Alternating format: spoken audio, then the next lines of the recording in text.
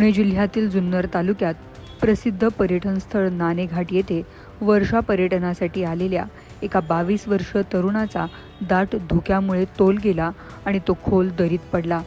ही दुर्दैवी घटना रविवारी सकाळी घडली। या घटनेनंतर पोलिसांसह स्थानिक ग्रामस्थ आणि बचाव पथके तरुणाचा शोध घेण्यासाठी प्रयत्न करत होते। मात्र सातत्याने सुरू असलेला पाऊस, दाट धुके आणि दुर्गम भौगोलिक परिस्थितीमुळे शोध मोहीम आव्हानात्मक ठरत होती। दत्ता विनायक लोंढे असं तरुणाचं नाव आहे। दत्ता त्याच्या आणखीन 3 मित्रांसोबत वर्षा पर्यटनासाठी नाणेघाट येथे आला होता।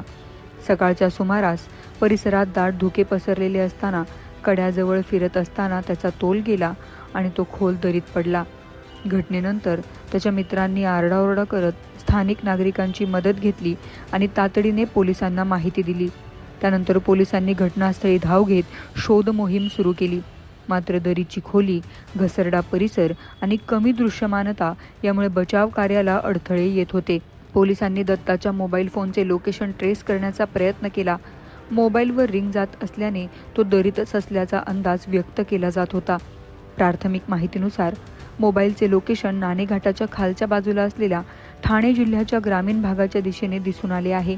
त्यामुळे वरच्या बाजूने दरीत उतरण्याऐवजी ठाणे जिल्ह्याच्या बाजूने बचाव पथक पाठवण्याची तयारी सुरू करण्यात आली होती। त्या मार्गाने पोहोचल्यास युवकाचा शोध घेणे तुलनेने सोपे जाईल असा अंदाज व्यक्त केला गेला होता। घटनास्थळी पोलीस बंदोबस्त वाढवण्यात आला असून स्थानिक प्रशासन, ग्रामस्थ आणि बचाव यंत्रणा समन्वयाने काम करत आहेत। अधिकृत रेस्क्यू पथक घटनास्थळी पोहोचलात असून शोध मोहीम आणखीन वेगाने राबवण्यात आल्याची माहिती मिळाली आहे।